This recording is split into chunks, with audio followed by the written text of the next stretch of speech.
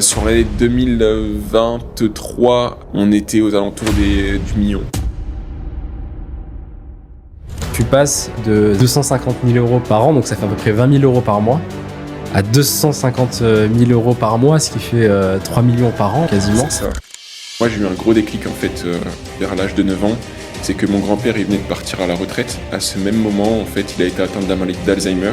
Au moment où il pensait profiter de la vie elle s'est totalement arrêtée. Quand dans ton entourage, t'as pas d'entrepreneur, t'as pas d'investisseur, même tes amis, en fait, s'ils comprennent pas forcément ce que tu fais, tu te sens un peu seul et tu te dis, est-ce que je vais vraiment dans le bon sens? Est-ce que tout ce que je suis en train de faire, c'est pas une connerie? Je suis pas en train de faire des erreurs inutiles et je suis pas en train de perdre mon temps.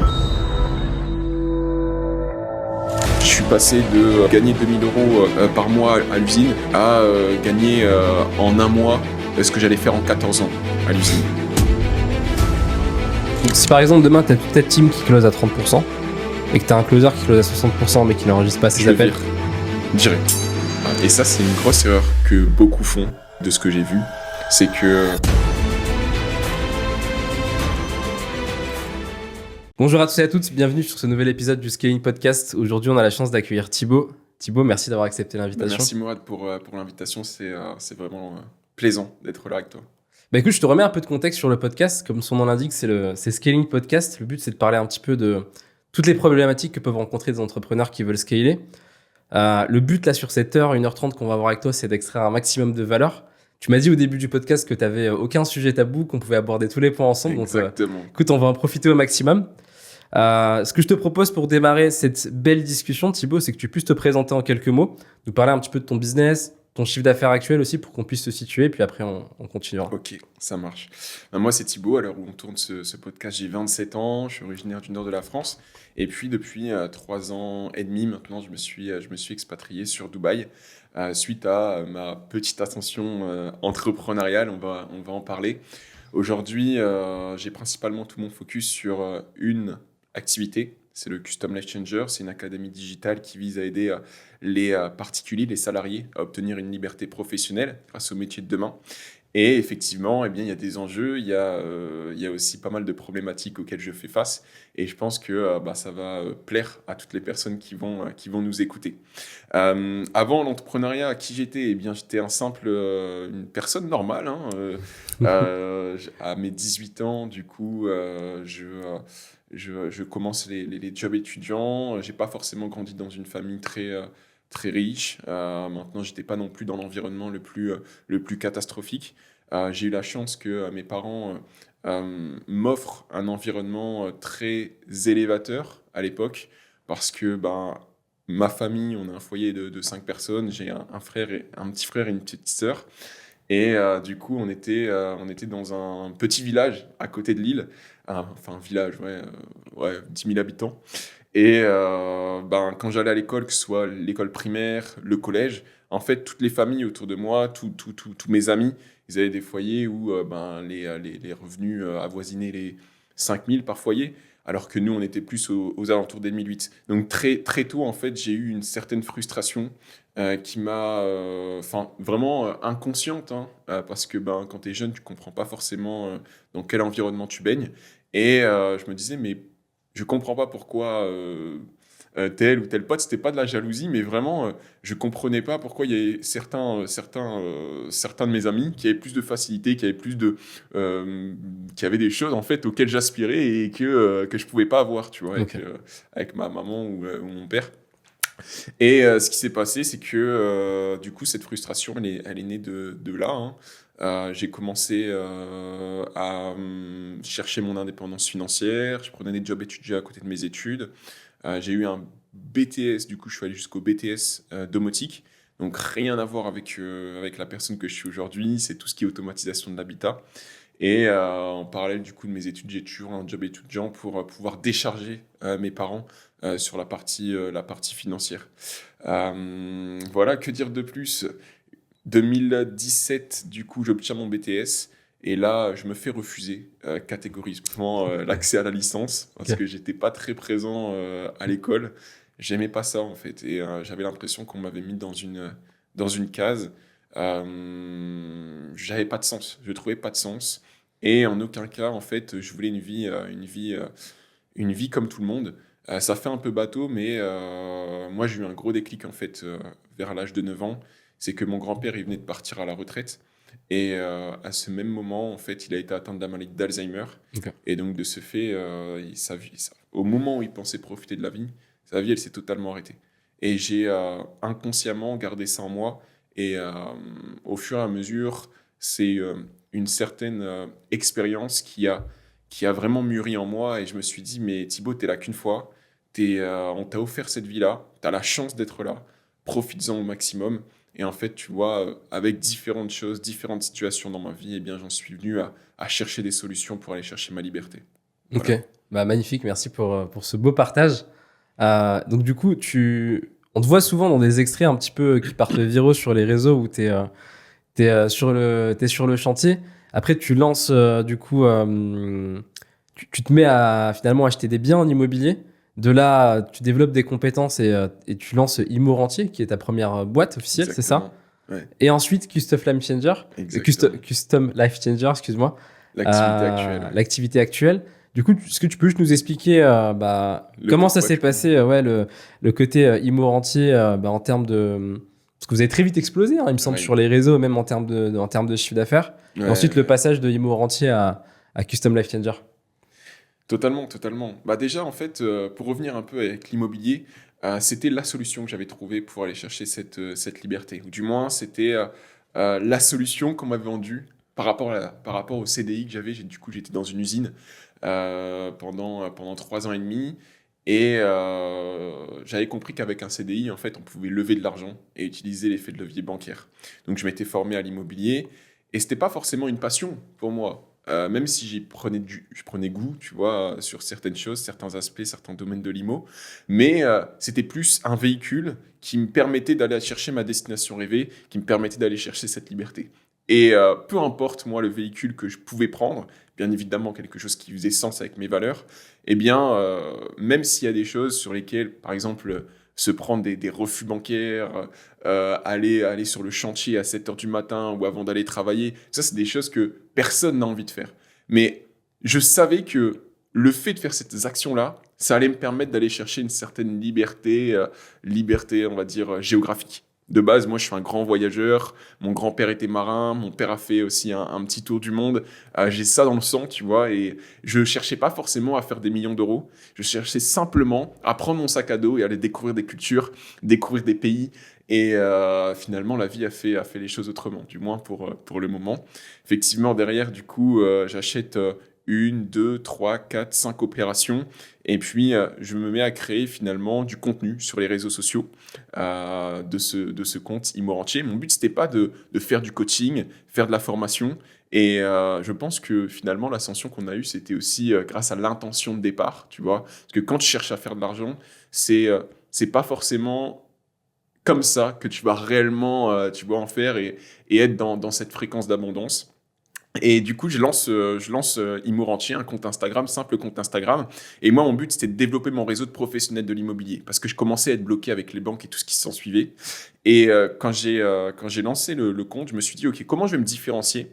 Parce que si je veux attirer des professionnels de l'immobilier, il faut qu'ils aient quelque chose à gagner. Donc, je me suis dit, je vais développer une grosse communauté autour de l'immobilier. Mais comment faire ça? Je devais avoir 22 ans, 21 ans, 22 ans à l'époque, dans un marché quand même très concurrentiel avec des acteurs vraiment bien ancrés sur le marché.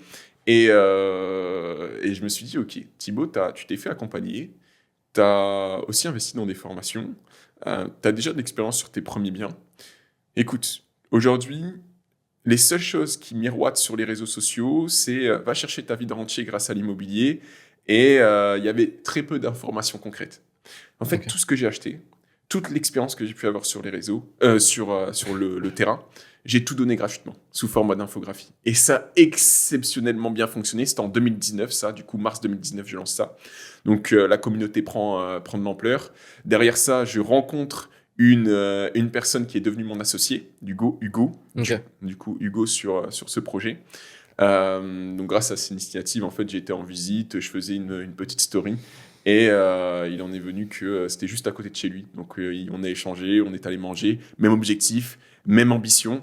Et c'était dingue à l'époque parce que je me suis lancé dans tout ça c'est une aventure franchement de folie parce que quand dans ton entourage, tu n'as pas d'entrepreneur, tu n'as pas d'investisseur, même tes amis, en fait, ils comprennent pas forcément ce que tu fais, tu te sens un peu seul et tu te dis, est-ce que je vais vraiment dans le bon sens? Est-ce que tout ce que je suis en train de faire, c'est pas une connerie? Je suis pas en train de faire des erreurs inutiles et je suis pas en train de perdre mon temps, tu vois? Est-ce que c'est pas mieux finalement de me cantonner à un système normal et puis profiter de la vie, entre guillemets, avec les 5 semaines de congés payés par an ou le week-end? Et du coup, quand tu es seul et que tu as des difficultés, c'est là où finalement tu te dis peut-être que les autres ont raison. Et là, le fait de rencontrer cette personne, donc Hugo, en fait, j'ai compris que j'étais pas tout seul à penser comme ça et que même à mon âge, j'étais très jeune, eh bien, en mettant les actions en place, on pouvait accomplir, tu vois, ce qu'on voulait. Et ça, ouais. Excuse-moi, je te coupe. Ça, c'était en 2019. Du coup, t'avais quel âge à ce moment-là? Du coup, là, j'ai À peu près, hein. J'ai 22 ans, Ok. 21 ans. On peut trouver l'âge exact, attends. Là, j'ai 27 ans, du coup. Et On est t'as en acquis ton premier bien. 2024. À ce moment-là, t'as acquis ton premier bien, c'est ça en même temps. 2018, 2018, t'as acquis ton premier bien. 2019, tu lances du coup. c'est ça. Tu commences à lancer Imo Rentier sur les réseaux. 2017-2018, je me lance dans l'IMO. Ok. 2000, après 2018, j'enchaîne sur ma carrière immobilière. Ok. Et sur cette même année, je commence à être vraiment bloqué par les banques, très rapidement, Ok. tu vois. Alors que finalement, sur les réseaux, c'était t'as un CDI, tu gagnes 2000 euros par mois, ça va aller vite. Non, pas du tout, en fait, tu vois. Et c'est pour ça que j'ai voulu développer mon réseau de professionnels de l'immobilier. C'est parce que il me fallait un banquier qui puisse me faire confiance et qui puisse me laisser passer et me dérouler le tapis rouge, tu vois. Principalement, c'était pour ça. Et du coup, je rencontre Hugo, juin 2019. Et là, du coup, comme je disais, une personne avec les mêmes ambitions, les mêmes projections de vie. Et je me suis dit, mais je suis pas seul. Et on s'est associé, du coup, sur ce projet Imo Rentier. Pas pour, encore une fois, faire de l'accompagnement, mais vraiment pour développer notre réseau et nous faciliter finalement notre carrière d'investisseur immobilier. Fin 2019, ce qui se passe, c'est qu'on rencontre, il y a un membre de la communauté qui s'appelle Louis qui souhaitait se faire accompagner.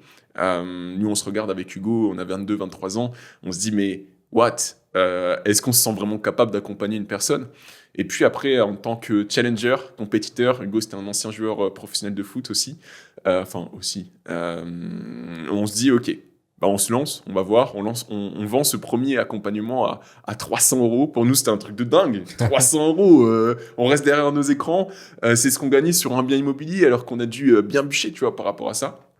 Et on permet à Louis d'acheter 2 appartements pour le prix d'un. Et en fait, derrière, ça a fait effet boule de neige avec la communication un peu qu'on avait. On partageait ses exploits, etc. en story dans notre com. Et puis, on a commencé à avoir énormément de demandes. Et c'est là, au final, on passe sur cette année 2020 à... on passe de 2000 euros. Moi, je gagnais 2000 euros, 3000 euros, 3500 euros avec l'immobilier à 20, 30 000 euros par mois. Tu vois, grâce à l'accompagnement. Ok. On avait énormément de demandes. Et ça, du coup, à ce moment-là, tu fais que de l'organique, c'est que les réels que tu fais sur Instagram. Enfin, je dis les réels, mais c'était même pas des réels à l'époque. C'était vraiment c'était même pas des carousels, c'était juste des photos infographiques. Ok. Et en fait, il y a tellement de valeur qu'on a utilisé finalement, entre guillemets, et indirectement, le principe de réciprocité. Tu vois. Mais en plus de ça, c'était aligné totalement, tu vois, avec moi-même. C'est-à-dire que j'adore donner, je suis quelqu'un de très altruiste. Et puis, j'ai toujours eu cette phrase en tête, donne sans attendre et tu recevras. En fait, ça s'est passé exactement comme ça. C'est-à-dire que on a donné tellement de valeur que les gens ne retrouvaient pas ailleurs, qui se sont sentis finalement intéressés par ce qu'on faisait et qui ont voulu aller plus loin. Mais nous, de base, on voulait même pas, tu vois, vendre d'accompagnement, une formation. Et du coup, au départ, on était avec Hugo en séance de coaching individuelle. Enfin, la personne, il y avait le client. Et puis, on était à 2 sur un Zoom. Et on vendait ça pour, au début, 300 euros. Puis après, on est monté à 1314 euros, si je me souviens bien.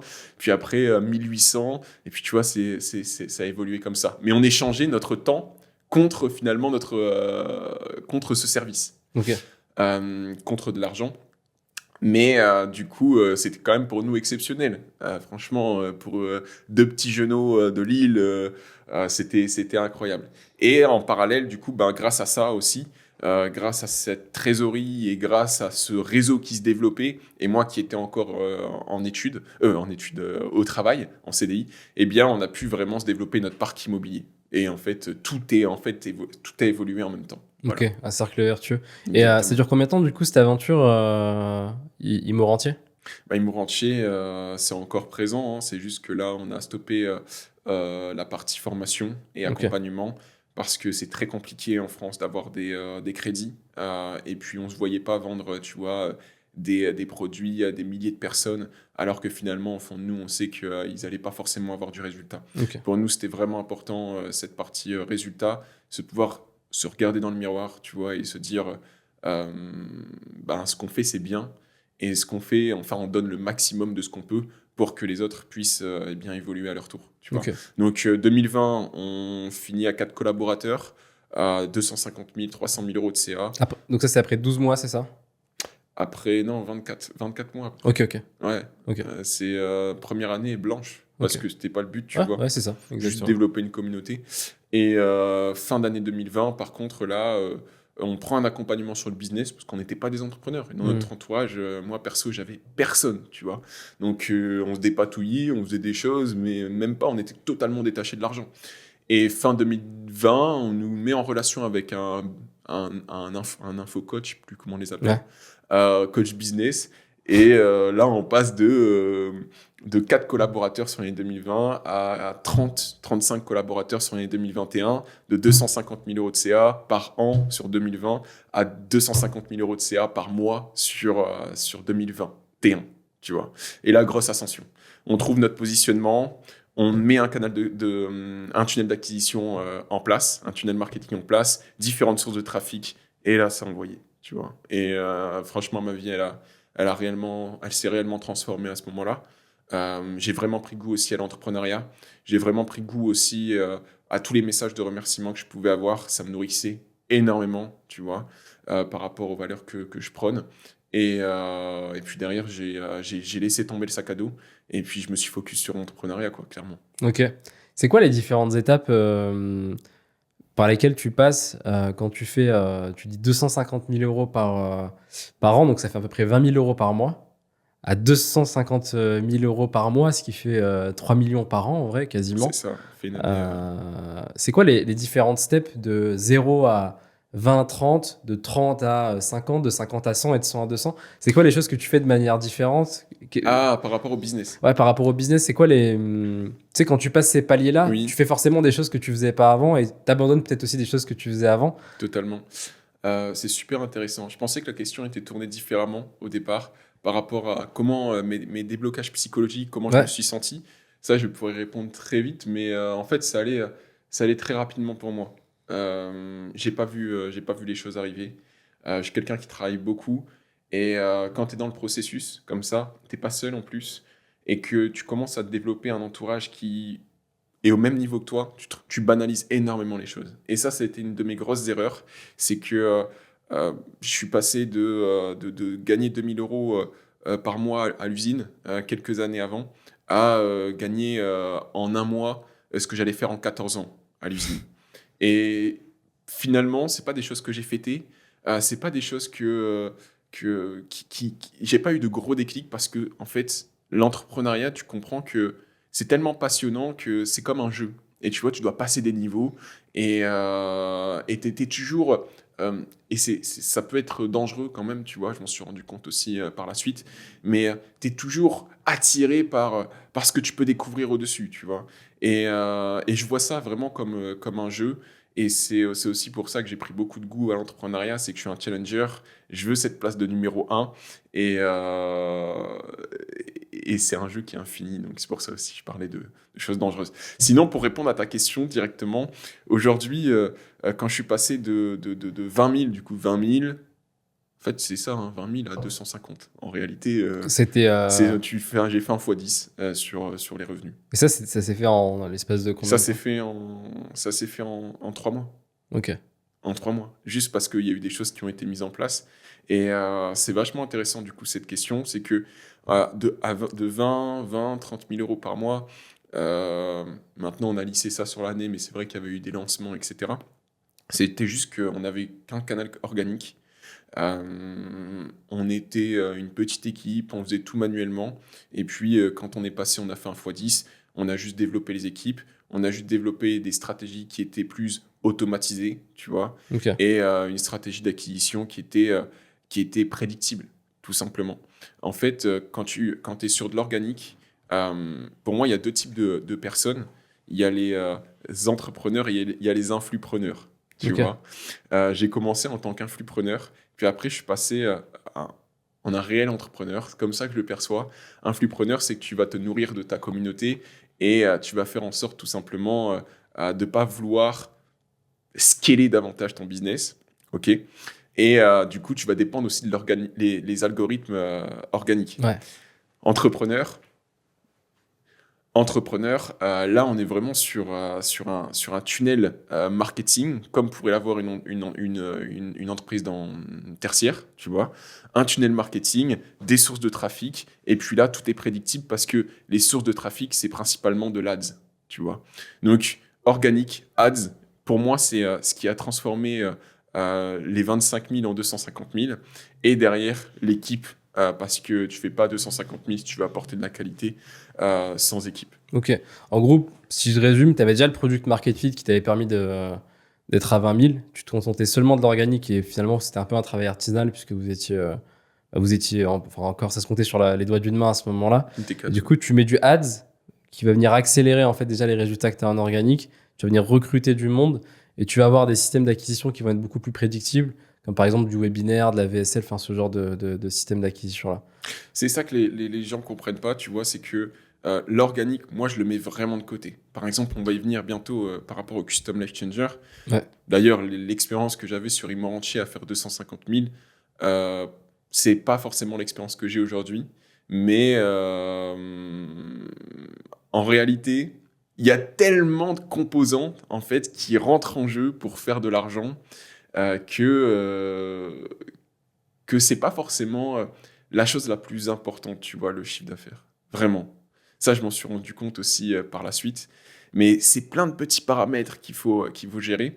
Et du coup, un entrepreneur, eh bien, il a besoin d'avoir du contrôle, tu vois. Et c'est pour ça que j'ai parlé de prédictibilité. C'est que quand tu sais que tu vas mettre 1 euro et que tu vas en récupérer 10, bah, en fait, derrière, tu n'as plus qu'à à savoir quelles sont les conséquences de faire un x10. Tu vois, entre guillemets. Parce que quand tu es sur de l'organique, tu es tellement dépendant des algorithmes que tu peux, par exemple, faire une semaine où tu vas avoir 10 leads et une semaine où tu vas en avoir 100. Ouais. Et donc, du coup, c'est très compliqué de pouvoir scaler par rapport à ça. Alors que l'ADS, si tu veux 10 leads, même si ça te coûte plus cher le lead, ben, t'en auras 10 tout le temps. Si t'en veux 100, t'en auras 100 tout le temps, tu vois. Et c'est beaucoup plus contrôlable. Et c'est comme ça, finalement, que tu peux réellement scaler. Parce que sans contrôle, comment tu veux scaler ? C'est ce que je partageais d'ailleurs à la conférence de Mage. C'est que t'as tes revenus, parfois, en organique, qui vont monter à allez, on va dire 50 000 euros. OK ? Et le mois d'après, tu vas être à 10 000 euros. Et puis le mois d'après, tu vas être à 70 000 euros. Sauf qu'en tant qu'entrepreneur, tu as envie d'investir, tu vois. Et du coup, quand tu vas gagner 50 000 euros alors que le mois précédent, tu étais à 10 000 euros, eh bien, tu vas commencer à investir, tu vas commencer à avoir un peu d'équipe, etc., à investir dans des logiciels, à investir dans des sources de trafic, dans des agences. Et le mois d'après, tu vas être à 10, 20 000 euros, tu vois. Alors que du coup, tes dépenses commencent à s'aligner par rapport au revenu que tu as pu avoir au mois précédent. Mais derrière, comme c'est pas prédictible, eh bien, tu vois, et tu commences à rentrer dans une routine qui est infernale. Super intéressant. C'est quoi du coup, tu parlais, ça m'intéresse grave et je voulais venir sur le Custom Life Changer. Tu disais que tu as une vision et c'est différent un peu de l'expérience que tu as eue avec Ouais. Imo Rentier. C'est quoi les différences que tu as ? Est-ce que tu peux parler aussi un petit peu de Custom Life Changer ? Vous êtes combien aujourd'hui dans ton équipe ? À peu près quel palier de chiffre d'affaires vous réussissez à faire chaque mois ? Ouais. Euh, Bah, du coup, je vais faire la transition Ouais, du carrément. pourquoi, du comment. Du coup, fin 2021, on a une très très grosse ascension avec cette première activité avec mon associé. Ce qui se passe, c'est que je commence à avoir des demandes de consulting, donc d'infopreneurs qui avaient dans certaines thématiques, que ce soit le sport, le coaching, bref, peu importe le type de coaching. J'en avais 3-4. Et puis, du coup, je me suis prêté au jeu. Mais à chaque fois que je voulais implémenter mes stratégies d'Imorantier, il me fallait tout autant de collaborateurs. On était du coup 30-35, tu vois, avec du coup des closers, des setters, des media buyers, des copywriters, admin, tu vois, vraiment toutes les compétences qu'a besoin un infopreneur. Et là, je me suis dit, waouh, si je me plais énormément dans l'accompagnement, tu vois, dans le consulting, mais pour autant, je vois qu'il y a un réel problème, c'est qu'il n'y a pas de compétences, il n'y a pas de personnes compétentes suffisantes sur le marché pour que je puisse bien développer ce service. Et du coup, en tant qu'entrepreneur, j'ai tout simplement trouvé une solution à un problème. Et à côté de ça, moi, ça permettait aussi de faire suite à mon aventure, entre guillemets, avec mon personal branding. C'est que j'ai aidé les personnes à se développer dans l'immobilier. Et puis moi, je me suis développé aussi sur le business en ligne. Du coup, mon but, c'était de permettre à n'importe qui, n'importe quel salarié, de pouvoir en 3 mois et non plus en 5 ans avec l'immobilier, d'aller chercher une liberté professionnelle, une liberté géographique, de pouvoir travailler d'où est-ce qu'il le souhaitait, quand est-ce qu'il le souhaitait, avec qui il le voulait. Et du coup, j'ai fait des partenariats avec des experts dans chacune des compétences. C'est pas moi qui délivre aujourd'hui dans le Custom Life Changer. Je suis du coup entrepreneur et j'ai des experts dans chacune des compétences, des partenariats qui sont effectués. Et le but, c'est que la personne, on puisse l'accompagner de A à Z, c'est-à-dire le choix de la meilleure compétence pour elle, parce que y a des compétences qui sont plus ça même à des personnes extraverties, d'autres introverties.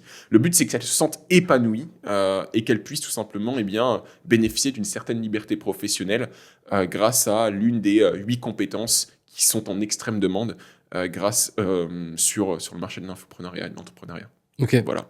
Et du coup, aujourd'hui, tu disais vous êtes une trentaine de collaborateurs, c'est ça ? On est une trentaine de collaborateurs effectivement sur le Custom Life Changer. Pour te donner quelques chiffres, l'année 2000, ça fait depuis le 23 janvier 2022 qu'on est en place. Donc ça fait 2 ans déjà, plus de 2 ans. Ça me passionne énormément. J'ai vu la différence aussi entre le fait d'être seul et le fait d'être associé. Tu vois. Franchement, pour moi, ça a été quand même très complexe de prendre tout ça sur mes épaules. C'est une question de responsabilité. Parce que quand tu vois, il y a des mois, sur l'année 2023, par exemple, c'était du 100, 120, 130 000 euros de charges, tu vois, qui sortaient tous les mois. Tu te dis le mois d'après, ok, il y a eu 100, 120, 130 qui sortent le mois d'avant, il faut qu'on continue. Et c'est aussi cette routine infernale, tu vois, qui est quand même dangereuse. Mais tout ça, c'est sur les épaules des fondateurs. Tu vois, aujourd'hui, j'étais seul fondateur de cet écosystème et c'est quand même lourd à tenir. Mais bref, pour te parler un peu de chiffre d'affaires, sur l'année 2023, avec le Custom Life Changer, on était aux alentours du million de chiffre d'affaires. Et sur l'année 2022, on était plus sur une période de construction. J'avais encore Emoranchi qui tournait. Donc, mon but, c'était de créer le meilleur produit possible pour les personnes et les clients. Même si c'est un produit qui est toujours améliorable et qu'on améliore toujours, avant de vouloir vendre à tout le monde, il fallait que je sois certain de la valeur et de l'efficacité du service que je proposais. Donc 2022, c'était une petite année, on a eu peut-être 300 clients, tu vois. Et puis 2023, on est monté là, actuellement, on est un peu plus de 1000 clients, quoi, pour te donner une idée. Ok, super. Voilà. Et c'est quoi un petit peu justement, on va parler un petit peu d'acquisition et de vente. Ce sera la stratégie organique et aussi un peu tes sources d'acquisition. Qu'est-ce que tu fais ? Tu fais du webinaire, tu fais de la VSL aujourd'hui ? Du coup, ma vision, elle a totalement changé, notamment par rapport aux infopreneurs-entrepreneurs. Ok. C'est qu'aujourd'hui, j'ai réussi totalement à me détacher déjà de la partie délivrabilité. Je suis plus coach. Même si je suis Emoranchi, on avait une équipe de coach, mais vraiment là, c'est plus moi qui interviens, c'est plus moi qui est responsable de la délivrabilité. Et en plus de ça, j'ai réussi à sortir aussi de l'image de la société. C'est-à-dire que j'ai une égérie aujourd'hui qui va s'occuper de toute la publicité, qui va s'occuper de l'intégralité du tunnel marketing. Et du coup, le business est beaucoup plus valorisable, l'entreprise est beaucoup plus valorisable et ne dépend pas de moi. Tu vois. Donc aujourd'hui, on a un compte Instagram, le Custom Life Changer, mais c'est une simple vitrine. 85% de nos ventes proviennent de l'ADS. Et du coup, cette ADS est faite par une égérie qui a l'entièreté de l'image du compte. Ok. Donc, du coup, de l'entreprise. Ok. Du coup, tu n'es plus du tout mis en avant non. Sur les ads. Ça fait 8 mois maintenant. Ok. D'ailleurs, c'est une question que j'allais te poser un peu plus tard. Tu l'anticipes. C'est justement... les business type infoprenariat, c'est souvent des business qui dépendent beaucoup du personal branding et qui du coup sont pas des business qui sont revendables. Ouais, c'est compliqué du coup. Et du coup, toi, ta vision, c'était de tout de suite en fait faire une corporate branding finalement. et plus mettre en avant l'image de marque Exactement. de ton accompagnement plutôt que mettre ton image de marque en avant, même si je pense que ça aide quand même finalement un petit peu aussi que tu sois là, Oui, oui, enfin que tu oui. te mettes en avant Ouais. sur les réseaux sociaux, etc. Mais là, pour te dire, en réalité, être sur les réseaux sociaux, c'est bien, mais il y a beaucoup de personnes qui font du contenu par intérêt de vouloir gagner de l'argent, tu vois? Et ça, c'est la plus grosse erreur selon moi parce que plus, tu sur cette fréquence de manque en termes d'argent, plus les gens le ressentent et moins tu en gagnes. Vraiment. Et du coup, là, ma stratégie par rapport à mon personal branding, par exemple, ça va être de vraiment, donner, reprendre, tu vois, ce que j'ai fait au départ. C'est là où j'étais le plus heureux. C'est, donner sans attendre et faire en sorte que, l'état d'esprit que j'ai pu avoir parce que pour moi, tout ce que j'ai pu accomplir, c'est par rapport à ma façon de penser, mes croyances, mes actions. Donner cet état d'esprit à toutes les personnes qui ont envie d'un monde nouveau et qui croient à une vie aussi différente. Donc je vais donner, donner, donner, donner, donner, donner, sans rien attendre en retour. Et effectivement, derrière, on a une vitrine du Custom Life Changer, mais comme je t'ai dit, ça représente peut-être 15% du chiffre d'affaires. Et on ne publie pas forcément beaucoup. Ok, super intéressant. Et c'est quoi aussi un petit peu, si on redécompose en termes d'étapes, c'est un petit peu les mêmes étapes que tu as vécues avec Imo Rentier, en termes de croissance, de collaborateurs. Il y a plein de réflexes que j'imagine tu as eu. Ah bah oui, totalement. Après, c'est Robin Dunsen, d'ailleurs, que tu as vu sur le podcast, je crois, Ouais, exactement. qui me disait l'infoprenariat, c'est un excellent formateur. C'est-à-dire que tu apprends énormément de choses et tu peux tester très rapidement. Ouais. Contrairement à un business tertiaire où tout prend du temps, tu vois. Tu veux faire un test, ça prend du temps. Et j'ai énormément appris grâce à l'infoprenariat, vraiment. Et effectivement, une fois que tu l'as déjà fait une fois, derrière, tu n'as plus qu'à dupliquer. Et j'ai pas envie de dire que c'est facile de scaler un business infoprenarial, mais finalement, quand tu l'as fait une fois, deux fois, que tu as aidé des gens à le faire, c'est simple derrière. C'est toujours la même chose. Tout est compliqué jusqu'à temps que ça devienne simple. Donc, la première activité a été plus compliquée que les autres, mais effectivement, c'est juste dupliquer les stratégies qui ont fonctionné. Bien évidemment, toujours améliorer, améliorer, te mettre à jour. Et notamment, tu vois, là, sur le Custom Life Changer, la grande différence, c'est le contrôle. Tu vois, c'est ce dont je te parlais. Ok. J'ai du contrôle sur tout l'écosystème. Je sais exactement qu'est-ce qui va pas, à quel moment, là où on doit mettre notre énergie, là où c'est prioritaire. On a un board qui nous permet d'avoir le contrôle. Et ça, il n'y a rien de plus important. Je, je préfère gagner, par exemple, 3 4 fois moins d'argent, mais avoir ce sentiment de légèreté, de comprendre ce qui va pas, quand et comment le résoudre, que gagner beaucoup d'argent et pas savoir pourquoi. Être dans le contrôle aujourd'hui, c'est la chose qui différencie les deux écosystèmes, et c'est la chose qui me permet de scaler comme je le souhaite, comme je l'entends. Ok, quand tu dis être dans le contrôle, c'est avoir connaissance de ces chiffres, par exemple, avoir connaissance de ces marges, avoir connaissance de... C'est en fait tous les business, enfin un business est basé sur des chiffres, et ça, du coup, toutes les décisions doivent être très rationnelles. Et effectivement, c'est des chiffres, mais des chiffres qui sont... c'est, chaque KPI est important, tu vois, et chaque KPI a une analyse différente. Et du coup, on sait exactement que si un KPI est dans le rouge, on sait comment, quels sont les leviers qu'on peut utiliser pour le repasser dans le vert.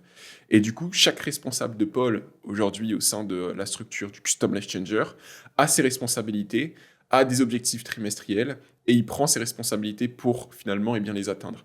C'est, j'ai réussi, grâce à ça, à sortir du business, à être sur le business et à faire en sorte finalement de comprendre quand est-ce que ça va pas et comprendre comment aller là où je veux aller. Ok. Ouais. C'est cool, ça, ce que tu parles de ça, ça me permet de faire la bonne transition. Je voulais te parler justement du recrutement, parce que finalement, ce qui te permet de faire ça, de plus être dans le business, mais sur le business, c'est tes collaborateurs. Comment tu t'y prends, toi, aujourd'hui, pour justement recruter des A-players, des personnes en qui tu peux avoir confiance et qui justement te permettent de plus du tout être dans l'opérationnel? Eh bien, tu vois, c'est aussi le but de mon personal branding. l'intérêt il va être là. C'est-à-dire que recruter des high players, ça coûte très cher et on ne s'en rend pas compte. Et beaucoup d'entreprises banalisent finalement le recrutement, alors qu'ils devraient avoir la même énergie sur le recrutement et du coup un tunnel de recrutement que leur tunnel d'acquisition, leur tunnel marketing. Et du coup, le personal branding aujourd'hui permet finalement de transmettre les valeurs que tu as au plus profond de toi et d'attirer des personnes, tu vois, de ce même principe. Et comment aujourd'hui je recrute mes A-players? Eh bien, je sais exactement ce que j'attends d'eux. Je sais exactement le type de profil que je souhaite. J'ai mon executive assistant qui va push les différentes annonces sur les différents réseaux de communication. Et suite à ça, eh bien, elle va faire les premiers entretiens et on va filtrer, tu vois, de cette manière-là. Mais on sait exactement le type de personne qu'on veut, on sait exactement les valeurs qu'on prône. Il faut que la personne puisse s'y rapprocher le plus et qu'elle puisse avoir les compétences finalement pour pouvoir accomplir la mission. Et on a des fiches de poste vraiment complètes avec une typologie de personnes vraiment complète. Et comme ça nous permet vraiment de faire le moins d'erreurs possible. J'ai fait souvent l'erreur de vouloir tirer des gens au lieu de me laisser pousser. Alors qu'en tant qu'entrepreneur, ton but, c'est de faire évoluer l'écosystème et de faire évoluer ton entreprise, du coup. Et donc, de ce fait, au lieu de tirer des personnes donc, qui n'ont pas forcément les compétences, mais à qui tu vas faire confiance et à qui tu peux donner ta confiance, eh bien, tu vas devoir, pour moi, confiance ne matchait pas avec compétence de base. J'avais ce gros problème-là. Et finalement, j'ai compris qu'on pouvait avoir les deux. Et au lieu de tirer des personnes pendant 6 mois à faire en sorte qu'elles deviennent compétentes à ton image, eh bien, alors que derrière elles peuvent partir, tu vois, eh bien, le but c'est d'aller chercher directement des personnes compétentes à qui tu vas juste transmettre la vision et faire en sorte tout simplement qu'elles puissent avancer et qu'elles puissent te permettre d'avancer plus vite grâce à toute l'expérience et les compétences qu'elle a prises. Un collaborateur doit être un investissement pour la boîte Ouais. et ne pas être une charge, tu vois. Elle doit lui permettre de propulser finalement, de la propulser vers les objectifs donnés que la freiner. Et ça, c'est vraiment important. C'est une grosse erreur que j'ai pu faire. Et, et notamment, tu vois, sur le recrutement, eh ben, c'est faire en sorte d'avoir un bon tunnel d'onboarding, faire en sorte que les personnes puissent se sentir merveilleusement bien dans ton écosystème, que ce soit du jour zéro jusqu'à son jour final, tu vois. Moi, toutes mes collaborations avec des freelancers ou du coup, il y avait certaines fois où j'avais des salariés, eh bien, mon principal objectif, c'est que la personne se sente bien dans mon écosystème. C'est le plus important. Qu'elle se sente épanouie, qu'elle se sente évoluer, grandir. Et c'est pour ça aussi que j'arrive à garder de très bons éléments avec moi. Ouais, 100%. Je suis assez d'accord avec ce que tu partages. C'est vrai qu'il y a énormément de choses qui sont similaires entre recruter un collaborateur et en fait onboarder un client finalement. Tu vends l'entreprise aussi au collaborateur. Tu as des attentes vis-à-vis de lui, comme un client. Il y a un certain avatar que tu recherches. Exactement. Il y a l'onboarding une fois que la personne rentre, parce que si le mec il fait le paiement ou il rejoint ta boîte et que derrière il se passe plus rien, il a un drive avec quelques petites infos, le mec il va se barrer quoi. Et ensuite derrière toute la délivrabilité, qu'est-ce que toi tu vas lui délivrer en termes de travail, de structure, de vision, etc. Justement, en parlant de ça, en parlant d'onboarding, la question qui suit, c'est quelle est ta vision, toi, un petit peu de l'onboarding, tu vois, des collaborateurs? Est-ce que tu as des petits tips, des petits conseils à partager là-dessus? Est-ce que c'est toi qui le fais, en fonction des postes, etc.? Aujourd'hui, effectivement, là, je peux te partager aussi la structure de Ouais, l'écosystème. carrément. Donc, on a le CEO, c'est moi aujourd'hui. Après, tu as le COO, juste en dessous, qui va gérer toute la partie opérationnelle, qui va gérer les équipes. Ensuite, tu as des responsables de pôle. Donc, le pôle communication, le pôle marketing, le pôle vente et le pôle produit. Okay. Ok. Sur ces pôles, eh bien, comme je te le disais, il y a des dashboards qui sont faits, effectifs, par rapport aux chiffres qui sont attendus, par rapport à là où on veut aller. Et du coup, en dessous, ils ont les équipes. Tu vois, sur la partie vente, il y a toute la partie closing, la partie setting, la partie communication. On a le monteur vidéo, on a le copywriter, on a le community manager aussi. Sur la partie marketing, on a le media buyer, On a aussi le copywriter qui intervient juste ici. On a le monteur vidéo aussi. Et puis sur la partie produit, eh bien, on a l'ensemble des coachs, l'ensemble des partenaires, toujours avec un responsable. Moi, aujourd'hui, je mets beaucoup d'importance sur l'ensemble de chacun de mes collaborateurs. Donc, encore aujourd'hui, je fais en sorte de faire un entretien avec toutes les personnes qui entrent dans mon écosystème. Bien évidemment, avant ça, il y a une période d'essai. Il y a aussi différents filtres qui sont faits, comme je l'ai dit, avec mon executive assistant. Donc déjà, elle sait exactement quel type de profil elle va prendre en appel ou celle qu'elle ne va pas prendre. Après, sur son premier entretien, elle va tout simplement s'apercevoir si elle ne s'est pas trompée sur son analyse. Et ensuite, il y a un rendez-vous en fonction du... soit si c'est un responsable de pôle, c'est directement avec moi. Soit si c'est tout simplement un collaborateur sous un responsable de pôle, eh bien, c'est le responsable de pôle qui va le prendre en deuxième entretien. Mais avant, dans tous les cas, de passer sur une phase avec l'équipe principale, eh bien, c'est vraiment important pour moi de prendre connaissance des objectifs de la personne, que ce soit des objectifs personnels, professionnels, de savoir dans quel mood elle est, de lui transmettre aussi ma vision, de lui expliquer que dans l'écosystème du Custom Changer, dans l'équipe, il n'y a personne qui est plus intelligent que personne. Et le but, c'est qu'elle ne soit pas, par exemple, un simple closer, je l'avais déjà entendu ça, mais qu'elle se sente vraiment importante. Et il n'y a pas de sous-collaborateur. On a tous aujourd'hui une tête, un cerveau, des idées, et on a tous ce besoin d'être force de proposition pour l'évolution de l'écosystème. Et j'ai vraiment envie que les personnes se sentent bien avec moi. Et c'est pour cette raison que j'ai besoin que ça colle, tu vois, que ce soit avec d'autres collaborateurs, mais aussi avec la vision qu'on a. Donc, même pour eux, j'ai besoin de les valoriser et j'ai besoin de faire en sorte de les avoir au téléphone. Ok, donc peu importe finalement le rôle de la personne dans l'entreprise, même par exemple... je vais pas donner d'exemple, mais peu importe le rôle de la personne C'est dans l'entreprise, dès que la personne intègre ta boîte, forcément Dans ça passe l'équipe par un principale. entretien. C'est super important pour moi. Ok. Il n'y a pas de sous-poste. Chaque personne est importante et chaque personne se doit d'évoluer dans les meilleures conditions possibles et se voir valoriser vraiment. Ok, super.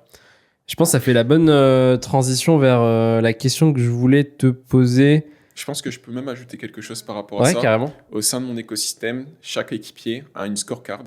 Et sur cette scorecard, il sait exactement là où on l'attend. Donc, il a ses soft skills, il a ses hard skills. Et du coup, c'est décomposé par rapport à sa compétence, tu vois. Et il sait exactement là où on l'attend. Et il va avoir une note qu'il va lui-même attribuer, qu'on va attribuer pendant un entretien mensuel. Et derrière, on va donner des exercices pour qu'il puisse pouvoir se grandir, évoluer. Et cette scorecard, elle est magnifique, vraiment. Parce qu'il sait exactement les attentes qu'on a, il sait exactement là où il doit aller, il sait exactement ce qu'il doit faire. Et il sait exactement pourquoi il est si important pour notre évolution. Trop stylé. C'est quoi justement le... C'est la question qui venait juste après, donc c'est trop cool que tu m'en parles. C'est quoi un peu les éléments que tu utilises pour aujourd'hui vendre cette vision, tu vois, de l'entreprise, fidéliser aussi les collaborateurs que tu vas avoir, anticiper potentiellement le turnover qu'il pourrait y avoir aussi, tu vois. Je pense que tu as déjà apporté un peu un élément de réponse avec ce que tu as pu dire, mais si tu veux bien développer, ce serait génial. Avec plaisir. C'est vraiment intéressant. On m'a toujours dit que j'étais très bon pour porter la vision, et c'est le rôle d'un CEO aussi. Et j'ai pu avoir pas mal de désillusions par contre avec des collaborateurs, notamment des collaborateurs que j'ai tirés pendant plusieurs mois, limite années, et derrière, à la moindre opportunité, entre guillemets, tu vois, eh bien, ils sautent du bateau. Et ça fait quand même mal, que ce soit rationnellement, mais aussi émotionnellement, parce que tu mets quand même beaucoup d'énergie, tu vois, pour chacun d'entre eux. Et la question, c'était... Par rapport justement au fait de garder la vision et... Ouais. Et du coup, aujourd'hui, il faut, il faut déjà savoir, il faut que la personne sache exactement là où on va, pourquoi elle fait ça, à quoi ses actions vont servir, tu vois. Et pour moi, si la personne est dans le flou par rapport à ça, si elle a pas de sens, euh, elle va pas mettre la même énergie que si elle sait exactement à quoi elle contribue déjà dans l'écosystème, mais à quoi vers quoi vers quoi l'écosystème, tu vois, avance, vers quoi, et quels sont ses objectifs, quelle est sa vision. Parce que avant de porter une vision à un collaborateur, il faut déjà que l'écosystème ait une vision très claire de là où Nice. il veut aller. La vision du Custom Life Changer, elle est très simple. 252 318 salariés que l'on souhaite aider pour se reconvertir professionnellement grâce au métier de demain. Ça, c'est la vision du Custom Life Changer. Pourquoi ? Parce qu'aujourd'hui, il y a 25 millions d'actifs en France. On a pris 1% d'entre eux, on n'est pas gourmand, juste 1%. Et on a envie d'aider, venir à la rescousse de toutes ces personnes qui aujourd'hui sont malheureuses dans leur travail.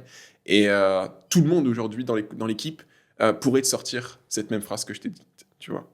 Et chaque lundi, par exemple, eh bien, il y a toutes les réussites des clients, toutes les réussites aussi de nos collaborateurs.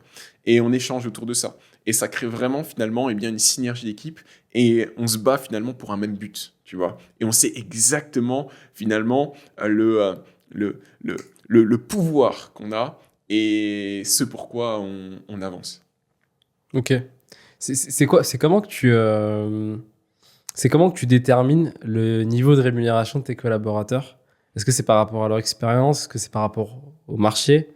Ça, Sur quoi c'est tu te bases? super intéressant parce que je peux te donner un exemple. J'ai pu avoir plusieurs collaborateurs qui étaient très talentueux, mais en fonction de la conjoncture et de l'évolution de l'écosystème, bah, en fait, les gens, tu as besoin de les payer à leur juste valeur. Sinon, bien évidemment, la vision est importante, mais il faut que la personne se sente considérée. Parce que oui, il y a la vision, mais la personne est là quand même pour pouvoir vivre, tu vois. Exactement. Et je parlais aussi des responsabilités que tu as sur les épaules quand tu as une grosse équipe. Ben, c'est des dizaines de familles, tu vois, qui comptent sur toi chaque mois pour pouvoir manger et pour pouvoir aussi avancer dans leurs objectifs personnels. Mais aujourd'hui, j'ai une phrase aujourd'hui qui est vachement intéressante euh, que j'avais vue dans un livre. C'est enfin c'est en anglais, donc en français c'est paye des cacahuètes et tu auras des singes. Tu vois.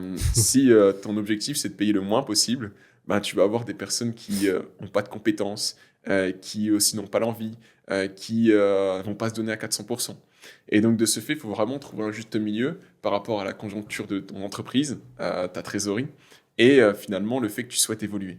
Je pense que un entrepreneur c'est se mettre des bâtons dans les roues en payant ses collaborateurs, en les sous-évaluant, tu vois, sans qu'il n'ait de projection aussi, parce que tu peux très bien commencer ta boîte, très bien commencer ton entreprise, avoir des personnes qui vont croire à la vision, mais derrière, il faut qu'à un moment donné, quand ça explose, il faut remercier tout le monde, tu vois, c'est vraiment important. Et il faut qu'ils le sachent, les collaborateurs. Par contre, une personne qui fait, par exemple, 100 000 euros de bénéfices par mois, son média buyer, il le paye 300 euros par mois, par exemple, hein, c'est un exemple, il y a un gros problème, tu vois. Il y a un gros problème. La personne, elle va déjà pas tenir sur le long terme, elle va pas se sentir considérée.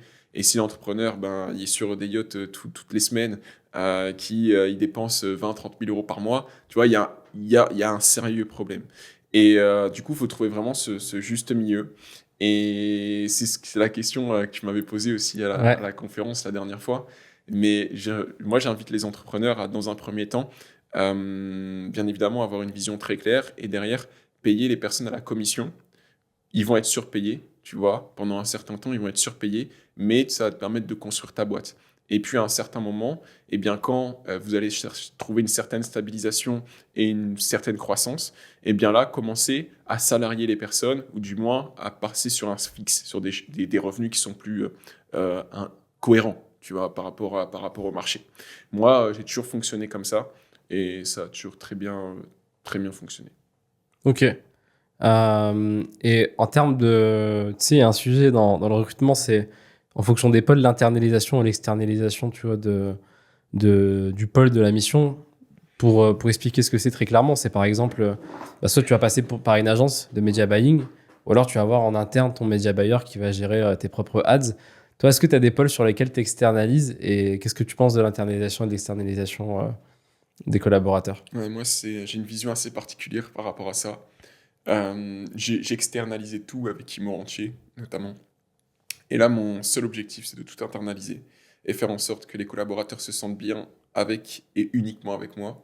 Parce qu'une agence qui a 10, 15, 20, 30 clients et un media buyer, on va prendre l'exemple du media buyer, le media buyer qui est uniquement là pour toi, à résoudre les problèmes, à être proactif, à être actif et à trouver des solutions et à avancer, tu vois, par rapport aux objectifs, sera toujours plus performant, même s'il a moins de compétences. Tout simplement parce qu'il sera là, focus avec toi.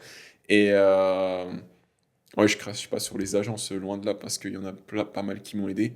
Mais effectivement, à un moment donné, moi, je pense que et c'est ce vers quoi je tends. À 90% de mon écosystème, c'est comme ça, c'est j'internalise. Et même les closers, aujourd'hui, même si c'est des paiements à la commission, ben, je les invite vraiment à être focus chez moi, même pour eux, même pour leurs objectifs, même pour leurs revenus. C'est beaucoup plus intéressant que d'avoir 3 sociétés, par exemple. Parce que ben, ils sont des focus, ils vendent 3 produits différents. Que ce soit pour eux, que ce soit pour l'écosystème et son évolution, il n'y a rien de il n'y a rien de cohérent. Moi, je suis en capacité de les nourrir, tu vois, 6, 7, t'en veux 10 des appels par jour. Si les résultats sont cohérents, je vais t'en donner 10, tu vois. Parce que, encore une fois, c'est prédictible en termes de lead, d'acquisition. Mais voilà, j'espère avoir répondu à Ouais, ta carrément. Donc, question. en gros, quand tu démarres, souvent, ce que tu fais, c'est que tu donnes beaucoup de commissions, finalement, parce que du coup, t'as pas forcément que le choix de le faire de par la trésorerie, de par les dépenses, etc. Et puis, c'est vrai que c'est toujours peut-être un peu stressant de se dire que t'as 20 000 euros de charge alors que tu sais même pas si tu vas faire 20 000 euros de chiffre d'affaires au Exactement. départ. Donc, au début, c'est que du pourcentage. C'est tu gagnes de l'argent si j'en gagne, finalement. Et puis, quand tu as un système qui devient prédictible, c'est OK, là où avant, tu prenais 10% de 50 000 euros, par exemple, ça faisait 5 000 euros. Là, je te donne, par exemple, 3 000 euros de fixe. Tu es sûr que tu auras tes 3 000 euros de fixe. Mais moi, ça me permet de réduire mes coûts. Exactement. OK, C'est ça. super Et puis la intéressant. vision, par contre, il faut qu'elle soit claire par rapport à ça dès le départ, tu vois. Tu peux pas dire à une personne, bon, ben là, aujourd'hui, tu gagnes 10 000 euros. Grâce à la commission, tu vas passer à 1 500, tu Ouais, vois. ouais, bien sûr. Il faut qu'elle soit prête à ça. Et il faut que vous soyez alignés par rapport à ça. Ouais. T'as des anecdotes à partager en particulier sur le recrutement ou les collaborateurs? Secret professionnel. OK. Je sens qu'il y en avait une qui était pas mal. Non, ça, c'est important que ça reste OK, quand même OK. interne. Bah, pas de souci, écoute, on continue. C'est quoi les choses que tu veux pas déléguer pour l'instant? Selon toi, c'est quoi le rôle d'un CEO? Un CEO, aujourd'hui, je vais être transparent avec toi. Moi, je suis quelqu'un qui adore avoir de la visibilité sur l'avancement des choses. Et si mes collaborateurs m'écoutent, ils vont rire. Parce que quand il y a des choses qui vont pas, moi, j'ai besoin que le problème soit résolu très rapidement. Euh, L'une des valeurs principales du Custom Life Changer dans l'équipe, c'est proactivité. Tu vois, il y a un problème, on trouve une solution. Et on n'attend pas 2 jours. Le problème, il faut qu'il soit réglé vite parce que ça a un impact sur l'ensemble de l'écosystème derrière. Euh, j'ai oublié la question déjà. C'est quoi un peu les trucs aujourd'hui que tu veux pas déléguer? Ah, que je veux pas déléguer. Ouais, et selon toi, c'est quoi le rôle d'un CEO? En tout cas, dans ta posture, c'est quoi ton rôle à l'heure actuelle dans ta structure? Ben, le rôle d'un CEO aujourd'hui, c'est de fixer la vision, fixer les objectifs et faire en sorte que toutes les équipes puissent aller vers ce même objectif. C'est exactement le rôle d'un CEO, c'est pas les mettre, tu vois, les mains dans le cambouis, c'est pas faire les process, c'est pas recruter, c'est pas ça le réel rôle d'un CEO. C'est finalement apporter la vision, apporter les idées et faire en sorte que derrière, eh bien, il y ait toute l'équipe opérationnelle qui va mettre les choses en place. Pour moi, il est là le rôle d'un CEO. Aujourd'hui, j'ai pas encore à 100% ce rôle parce que comme je l'ai dit, j'aime bien être, tu vois, dedans parfois, être sur le terrain. Mais il faut tout déléguer. Il faut tout déléguer. Il faut faire en sorte que tout soit délégué ou automatisé. Ok. Euh, Scaler une entreprise, c'est aussi automatiser des process. Comment est-ce que tu arrives à maintenir la culture de ta boîte tout en la faisant grandir? Ben, tu l'as dit en un mot, hein. C'est la structure, c'est les process. Chose que j'avais pas non plus, tu vois, dans ma première activité. Chose qui est totalement différente aujourd'hui et qui m'apporte encore une fois ben, ce contrôle dont je t'ai parlé. C'est que chaque chose aujourd'hui est processisée. C'est-à-dire que l'executive assistant est limite capable de closer. Ok. C'est un exemple. L'executive assistant est capable de gérer le service client. le service client est capable de gérer les missions de l'executive assistant. Tu vois, c'est là où justement je te pose la question, c'est que souvent, tu sais, quand tu démarres une boîte et que tu fais, comme on disait tout à l'heure, moins de 50 000 euros, moins de 30 000 euros de chiffre d'affaires, très souvent, t'as pas forcément des process, t'as pas forcément des scripts, t'as pas forcément un truc d'onboarding hyper clair, hyper précis. Et je sais que t'as pas mal de collaborateurs qui s'y plaisent dans le fait d'avoir cette certaine flexibilité, cette certaine liberté, etc. dans leur cadre de travail. Et plus tu recrutes de personnes, et plus finalement, tu es obligé d'imposer des process, que ce soit comment communiquer, limite comment poser ses congés, comment, tu vois, respecter un script de vente à la lettre, etc. Et t'en as plein qui, en fait, se plaisent moins et trouvent qu'il y a moins ce côté familial et plus ce côté, comment dire, usine. Tu vois ce que je veux dire? Bah, c'est intéressant, ça. Moi, je vais te dire en une phrase, c'est que les gens doivent comprendre pourquoi c'est fait. Ils Ok. doivent toujours avoir une raison, un sens à le pourquoi du comment. Et ça, c'est quelque chose qu'on va indiquer et sur lequel on va appuyer. Tu vois, quand tu mets une nouvelle chose en place qui pourrait être contraignante, il faut qu'il y ait un sens à ce que tu fais. Et bien évidemment, c'est chiant. Parfois, c'est très chiant, même de les faire. Même de les faire. Tu vois, il y a un nouveau tunnel marketing, par exemple, qui voit le jour. Bah, il faut le processiser. Il faut faire en sorte que peu importe l'équipe, la personne de l'écosystème, puisse faire la mission, entre guillemets, du funnel builder. Ok. Parce que si à un moment donné, le funnel builder est malade ou a un problème personnel, eh bien, il y a quand même 25 familles à nourrir, tu Ouais. vois. Et il faut que ça continue à tourner. C'est pas pour autant que on va vouloir... tout le monde est sur la sellette. Pas du tout. C'est que il faut qu'on se rassure, il faut qu'on se sécurise, et ces process permettent de le faire. Vous voulez tout simplement, vous voulez nous voir évoluer, il faut que ce soit fait. Il faut que ce soit fait pour notre sécurité et pour faire en sorte que on soit pas dans tout ce qu'on a bâti, eh bien, s'écroule pas comme un château de cartes, tu vois, au moindre coup de vent. Super intéressant. Tu disais tout à l'heure que même ton assistante, limite, elle pouvait closer. J'imagine qu'en gros, t'as super bien processisé le truc, que ce soit les étapes d'un appel de vente, comment créer un funnel, etc. Donc, en gros, ce que tu fais, c'est que tu as en interne des formations qui expliquent potentiellement à un nouveau collaborateur qui pourrait arriver exactement comment est-ce qu'il pourrait... En fait, tout est mappé. Ok. Tout l'écosystème est mappé. Ok, donc sur un logiciel comme Whimsical. Ok. Et sur chaque étape, en fait, tu as un process, tu as un loom et tu as aussi un process écrit. Ok, super intéressant. Toi, aujourd'hui, ton équipe, ils sont tous en remote. Ouais, tous. Ok, t'as déjà pensé à prendre des bureaux physiques? Bah là, du coup, si moi, tous les collaborateurs sont dans un bureau physique, je crois que ça va être l'explosion de l'écosystème. Mais en fait, c'est vrai que ça peut y avoir beaucoup de contraintes, tu vois, être en remote quand tu veux vraiment avoir un écosystème qui perdure et qui casse des records. Parce que si tu peux pas avoir confiance non plus à 100% en tes collaborateurs, c'est difficile derrière de savoir. Tu vois, on entend toujours parler, des personnes qui sont salariées, qui sont Hier, j'ai écouté un appel, par exemple, tu vois, pour te dire des fois à quel point je suis deep. J'ai écouté un appel de closing, et la personne disait, moi, je suis en télétravail, mais bon, tu sais... je travaille, j'ai 5 heures de travail en télétravail par jour, mais je travaille 1 heure, tu vois, et puis après, je m'occupe de mes enfants et tout. Tu vois, en fait, ça, c'est des choses que... c'était le prospect, hein, c'était pas Ouais. mais tu vois, c'est des choses qui font quand même peur. Et on est tous des humains, et on a tous, tu vois, on se laisse tous distraire, cette distraction.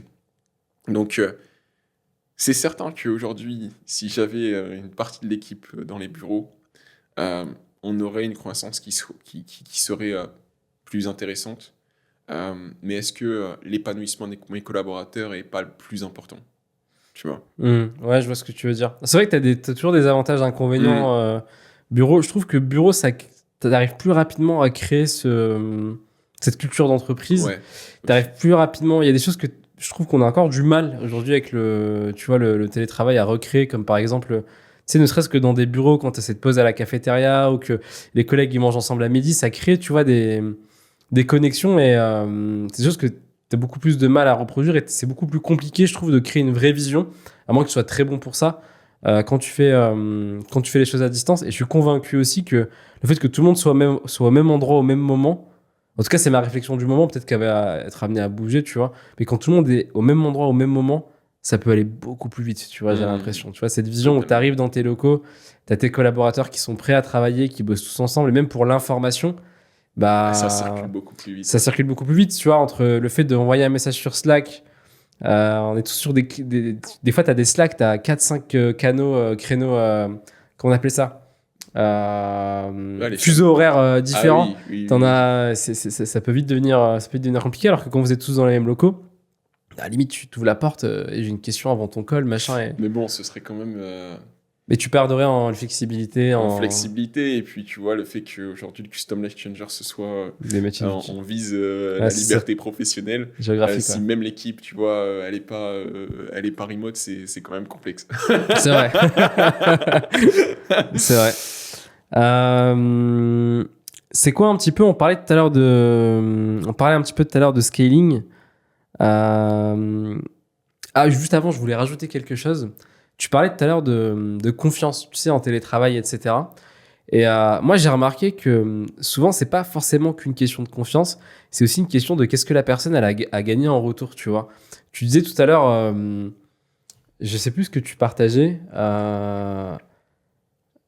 Je crois que tu parlais quand je t'avais posé la question, tu sais, de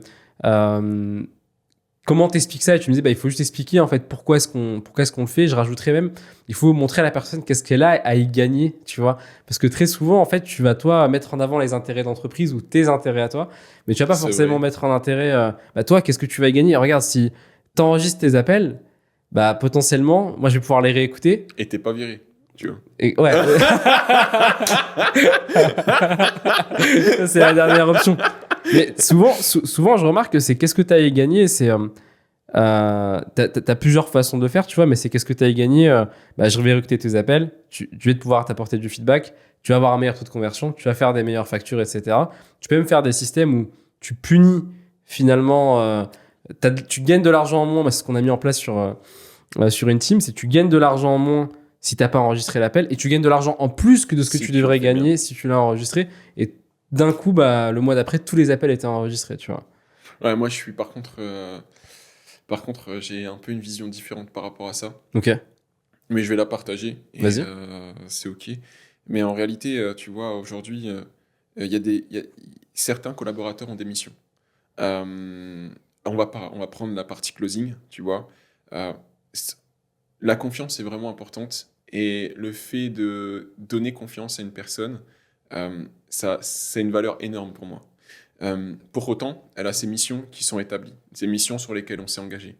Si les missions sont pas forcément respectées, moi, j'ai aucun problème, tu vois, à me séparer d'une personne. Okay. Vraiment. C'est pas une question de tout le monde est sur la sellette, loin de là. C'est une question de respect. Je respecte énormément, tu vois, chacun de mes équipiers, chacun de mes collaborateurs. S'il y a une personne qui ne suit pas forcément ou ne suit pas un de ses engagements, alors que que tout le reste de l'équipe les suit, c'est à moi de prendre ma décision aujourd'hui, de me dire qu'il y a un collaborateur qui est à 70%, on va pas dans le bon sens. Il faut du coup, dans un premier temps, qu'on communique ensemble. Et si ça s'arrange pas, on doit arrêter. Parce que tout le reste des collaborateurs sont au maximum. Et donc, du coup, c'est pas respecter l'équipe, tu vois. Et enregistrer des appels, pour moi, c'est une des missions, par exemple, d'un closer. Et ils le savent. On a aujourd'hui aussi quelqu'un qui va contrôler finalement que tous les process soient bien tenus à la journée. Et si on le relance une fois, 2 fois, 3 fois, là, on fait un entretien. On comprend ce qui ne va pas. On essaie de mettre des choses en place pour que ce soit plus fluide pour lui. Et on remet aussi l'accent sur le pourquoi on le fait. Mais par contre, si ça se reproduit derrière, c'est vraiment un manque de respect. Et si on ne peut pas faire confiance à une personne, à un collaborateur, on ne peut pas forcément avancer dans les meilleures conditions. Donc on se doit d'arrêter, ne serait-ce que pour lui, mais aussi pour nous. Ok, et tu n'as pas un seuil de tolérance dans la mesure où, tu sais, souvent les profils closers, c'est des personnes qui vont pas être très fortes en administratif, généralement, tu vois, donc tout ce qui va être enregistré, mettre à jour le CRM, etc. Bah, du Et coup, moi, je cherche les exceptions, du coup, parce que bah, dans la fiche de poste, par exemple, il faut la partie régularité et le fait d'être rigoureux est très important. Et avant même qu'il rentre sur la phase de testing, sur ses Apple testing, il sait exactement que je mets plus d'importance sur la partie administrative et process que sur ses performances. Ok, donc si par exemple demain, tu as toute ta team qui close à 30% et que tu as un closer qui close à 60% mais qui n'enregistre pas ses Je le appels, vire ok. direct. Ok, même si le mec il est 2 fois plus rentable que tout le reste de Ouais, l'équipe. non, non. Déjà, il arriverait même pas jusqu'à cette partie-là parce que sur la phase de testing, il aurait été, tu vois. Et même si le closer prend la confiance, il est à 60% de conversion et il commence à ne plus respecter les autres de son équipe. Donc, il commence à les prendre de haut. Pour moi, c'est pas non plus C'est pas quelque forcément les chose prendre de de haut, mais c'est qu'il tolérable. enregistre un appel sur 3 par exemple, tu vois. Non, T'as pas un seuil de tolérance, non, c'est. pas du tout. J'ai des process, si tu respectes pas les process, c'est qu'on n'est pas fait pour bosser ensemble. Voilà, c'est ça. Ok. Mais c'est clair dès le départ, tu vois. Et c'est pas, c'est pour le bien de l'écosystème et de son évolution. Ok, super intéressant comme vision des choses. Du coup, je reviens sur la question que j'allais te poser il y a 5 minutes. On parlait de scaling tout à l'heure. C'est quoi les. T'as connu 2 scaling finalement, hein, Imo Rentier et Custom Life Changer. Peut-être un troisième que tu nous caches. C'est quoi un peu les obstacles que t'as rencontrés en scalant ta boîte justement, ou alors que t'as pu voir chez d'autres personnes qui sont assez fréquents, tu vois. Le plus gros problème que j'ai eu avec le Custom Life Changer, c'est c'est la base des bases. En fait, j'ai du coup été très vite avec le CLC. Sur la partie délivrabilité, du coup, j'ai pris quand même pas mal de temps avant de lancer un réel tunnel. Mais pourtant, j'ai tout simplement dupliqué ce que j'avais fait sur ma première activité. Et ce qui s'est passé, c'est que j'ai banalisé pas mal de choses. La base des bases, l'avatar et la niche. Et en fait, on mettait un concessionnaire Ferrari dans un village de 3000 habitants, Ok. tu vois. Et du coup, en termes de finances, ben, c'était pas forcément la folie. Et les personnes qu'on attirait n'étaient pas forcément les bonnes. Et ça usait finalement toutes les équipes. Ça a été un gros souci. Après, les différents problèmes que j'ai pu avoir sur la partie scaling, le scaling d'Imorantier et le scaling du Custom Life Changer est totalement différent. Euh, il est en un mot contrôlé. Et de ce fait, je pense que les personnes, ce que j'ai pu voir et ce que j'ai moi-même vécu, c'est que sur ma première activité, je ne saurais même pas te dire les marges qu'on avait. Ok. Tu vois. J'avais tellement peu d'expérience. On gagnait de l'argent, mais je ne savais même pas réellement ce qui réellement restait dans la boîte, tu vois, à la fin du mois. Et ça, c'est une grosse erreur que beaucoup font, je pense, et de ce que j'ai vu, c'est que leur business n'est pas cartographié, il est pas millimétré. Ils font de l'argent, ils génèrent de l'argent, mais ils savent pas comment, ils savent pas ce qui reste, et du coup, ils ont aucune visibilité sur la suite. Et je pense que euh, je préfère avoir aujourd'hui un écosystème, par exemple, qui fait 20 000 euros par mois, qui encaisse 20 000 euros par mois, mais qui est contrôlé, et je sais pourquoi je fais 20 000, et je sais comment je vais faire 30, et comment 40, à quel moment, etc., que avoir une première activité comme Imorantier où on passe de 25 à 250. Ok. Bah merci pour le partage. On parle de justement scaling. Comment tu parlais tout à l'heure de, tu sais, 120 000 euros De charge. de charge, ou même de charge de manière générale. Puis tu sais, souvent, quand tu fais de l'infoprenariat, tu as des paiements plusieurs fois, tu as des frais fixes, des frais variables. Enfin, c'est tout un calcul qui s'entremêle. Comment tu fais pour gérer un petit peu, toi, toute la partie trésorerie? Est-ce que tu as des signaux d'alerte? Est-ce que tu as des tips, un peu des conseils que tu peux partager par rapport à tout ça? Ouh, je suis vraiment pas le meilleur pour ça. Ok. J'ai un gros travail à faire sur ma relation à l'argent encore, même si j'y travaille. Mais je me sens, par rapport à la boîte et par rapport à cette pression, tu vois, j'ai évoqué, le fait d'être tout seul et le fait d'être associé. Pour moi, j'avais beaucoup moins de pression quand j'étais associé et beaucoup plus quand j'étais seul, par exemple comme sur le Custom Life Changer. Et donc de ce fait, je veux avoir le plus de trésors possible. Mais vraiment, c'est un truc de dingue. Bon, c'est en train de s'atténuer, ça. Mais moi, mon but, c'était sécurité. Il fallait de la sécurité. Parce que je vais faire un parallèle avec mon ancienne vie. Mon ancienne vie, j'ai gagné 2000 euros par mois à l'usine et je dépensais peut-être 1000 euros. Tu vois, on pourrait faire un exemple simple. Donc, il y avait 50% que je dépensais pas pour mon évolution, etc. Je dépensais pas, j'avais déjà une bonne relation à l'argent. Enfin, entre guillemets, je dépensais pas tout, tu vois, ce que j'avais comme une personne normale. Et donc, du coup, je dépensais 50%. Là, un autre exemple, c'est qu'un exemple, tu vas générer 200 000 euros, mais il y a 100 000 euros qui vont sortir. La proportion, elle est la même. Et on pense qu'en gagnant plus d'argent, on va se sentir mieux. Mais si tu travailles pas, en fait, ta relation à l'argent au départ, bah, je peux te dire que quand tu dépenses 1000 euros et quand tu en dépenses 100 000, t'as beau en gagner 2 fois plus, ou plutôt là, 100 fois plus, du coup, ben, en fait, la pression sur tes épaules, elle est énorme. Et tu vois, on dit souvent, avec les réseaux aujourd'hui, entreprendre, c'est facile. Mais entreprendre, c'est compliqué, tu vois. Entreprendre, c'est dur. Moi, j'inviterai jamais une personne aujourd'hui qui est salariée à lancer sa boîte. Et c'est aussi pour ça, tu vois, c'est l'une des histoires que l'on raconte avec le Custom Life Changer.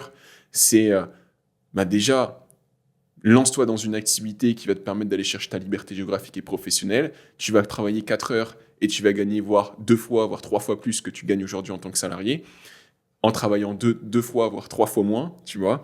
Et derrière, eh bien, tu mets ton énergie, si tu le souhaites, dans le développement tranquillement de ton entreprise. Mais la seule ressource aujourd'hui qu'on ne pourra jamais acheter, c'est le temps.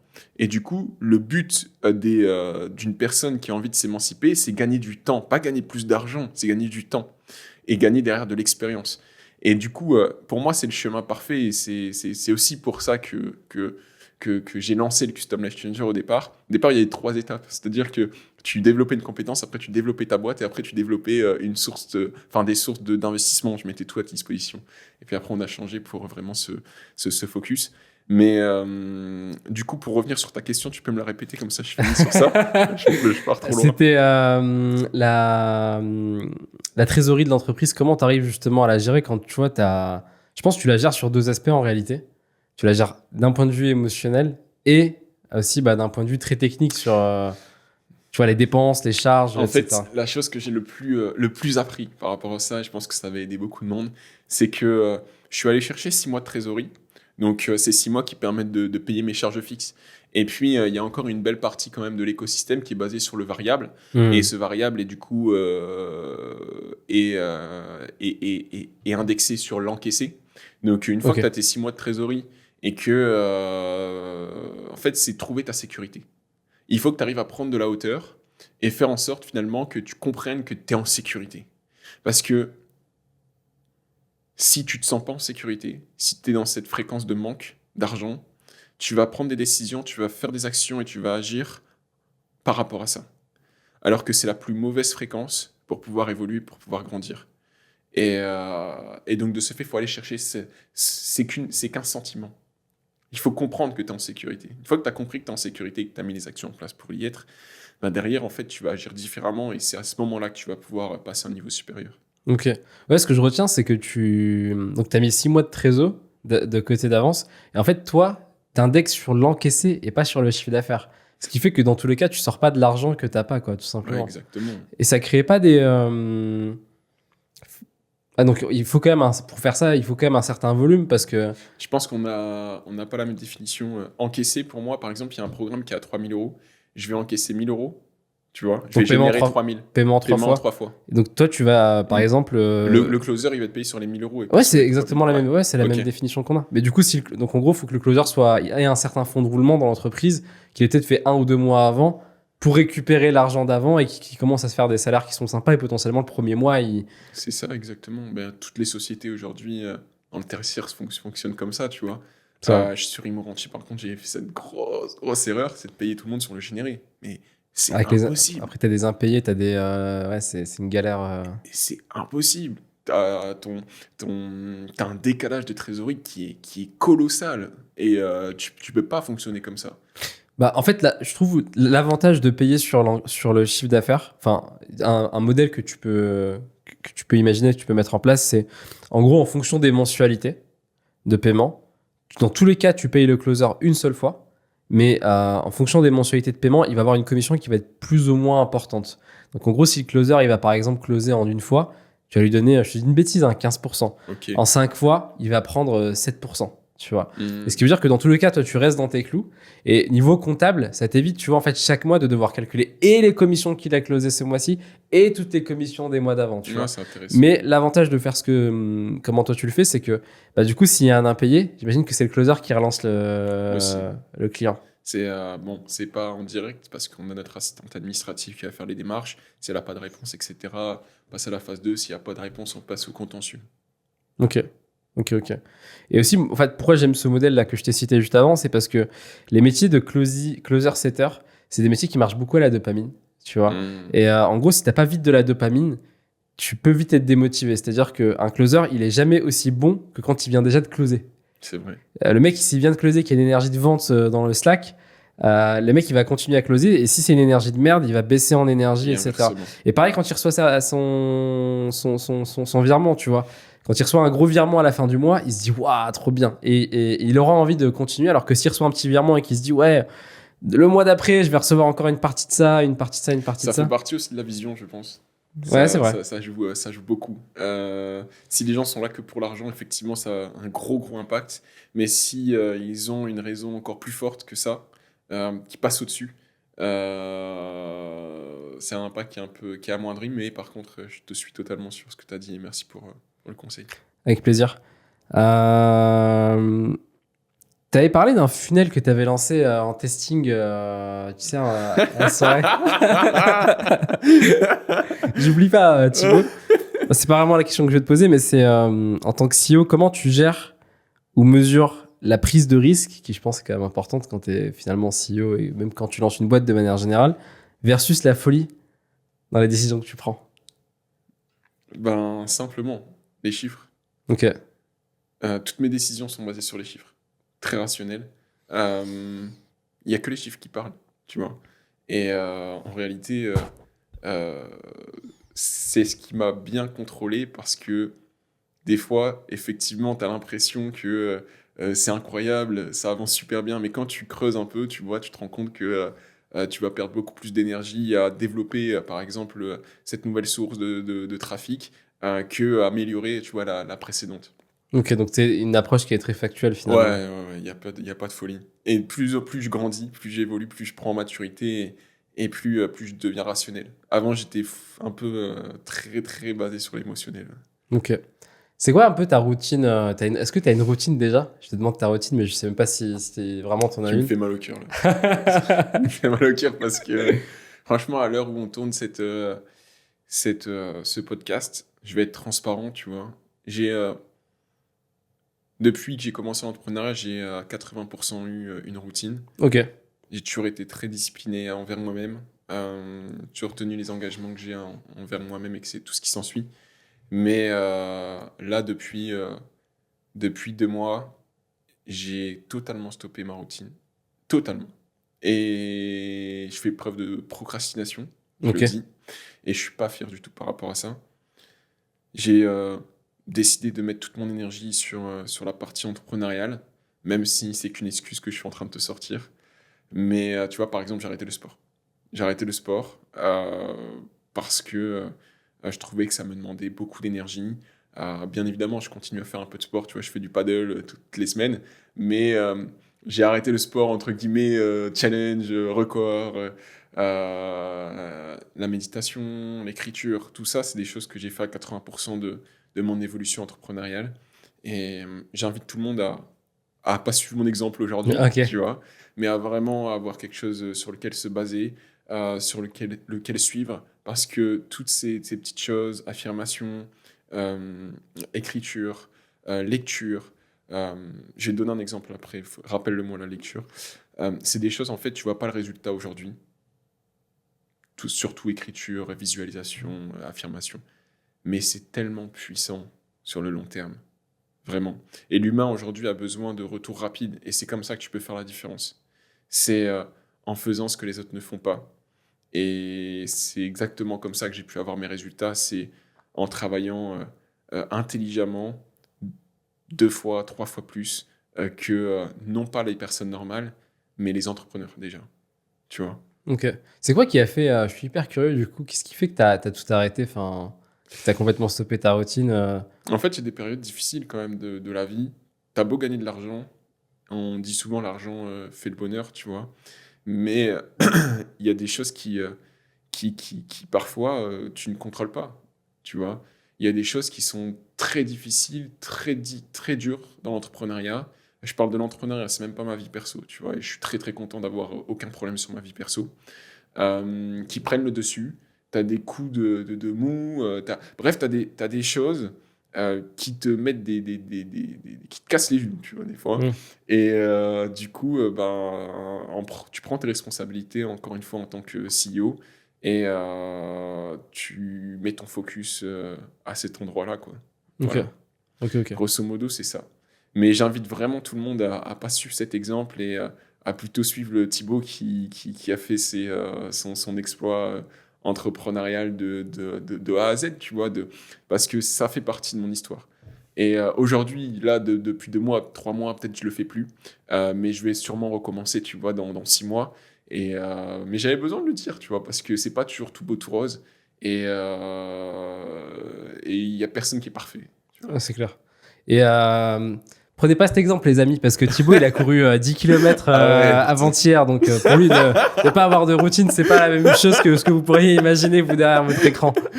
Ah, c'est vrai que ouais, c'était un truc de dingue, ça, par contre. C'est vrai que vendredi. Ah non, attends, on est quel jour? On est jeudi. On est jeudi, du coup, c'était dimanche soir. Dimanche soir, je me dis, ça fait un moment que je procrastine par rapport à ce 10 km. J'ai un très très mauvais cardio et. Tu l'avais jamais fait avant? Non, je l'avais jamais fait. Je l'avais jamais fait. Si. Et je me dis, là, j'ai envie d'avoir un retour immédiat. Dans l'entrepreneuriat, plus ta structure est grande et plus les actions que tu mets, elles prennent du temps, tu vois, à avoir les résultats. Genre, et c'est pour ça qu'il faut vraiment faire attention aux inputs et aux outputs. C'est-à-dire que les outputs, ils peuvent être incroyables, tu vas avoir des résultats, une croissance, pourcentage de croissance qui est beau, mais en fait, tout ce que tu mets en place, ça va se répercuter, tu vois, dans 6 mois, dans 3, dans 9 mois, dans 12 mois. Et donc, du coup, si tu mets des actions merdiques en place, dans 6 mois, dans 9 mois, t'as beau avoir des résultats incroyables aujourd'hui, ça va être de la merde, tu vois, plus tard, et inversement. Et du coup, j'avais besoin de ressentir ce sentiment d'accomplissement, de satisfaction, de fierté. Et je me suis dit, ok, Thibaut, tu vas t'engager devant tout le monde, parce que par contre, quand je m'engage sur un truc, je vais jusqu'au bout, tu vois, je peux pas m'arrêter. C'est le mot opiniâtre, tu vois. C'est un mot qui m'a défini, une personne dans mon réseau qui m'a défini comme ça. Et c'est-à-dire que la personne, elle va pas s'arrêter jusqu'à temps qu'elle ait pas finalisé, tu vois, ce sur quoi elle s'était engagée avec elle-même. Et ça a été aussi une de mes grandes forces. Parce que là, on a parlé beaucoup, tu vois, d'entrepreneuriat, de chiffres, de techniques, mais ça vaut rien par rapport à l'état d'esprit que j'ai pu avoir pour en arriver là. C'est que l'état d'esprit pour moi. Exactement. Tu vois, vraiment que ça. Et du coup, ouais, il y a dimanche soir, je me dis, écoute Thibaut, là, tu vas aller chercher ce sentiment de fierté, tu vas faire en sorte d'avoir quelque chose de prédictible et rapide, tu vois. Donc, tu sais exactement que si tu fais le 10 km, tu l'atteins pas.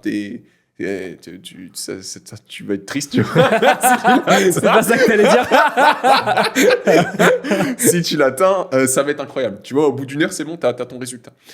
Du coup, je m'engage en story et je dis demain à 5h du matin, parce qu'il faut quand même rajouter de la difficulté, encore plus de difficulté. Déjà que je suis vraiment nul en cardio, je suis vraiment HS. Mais en plus de ça, je me suis dit, regarde, je vais le faire à 5h du matin, je vais montrer que c'est possible. 5h du matin, je me réveille.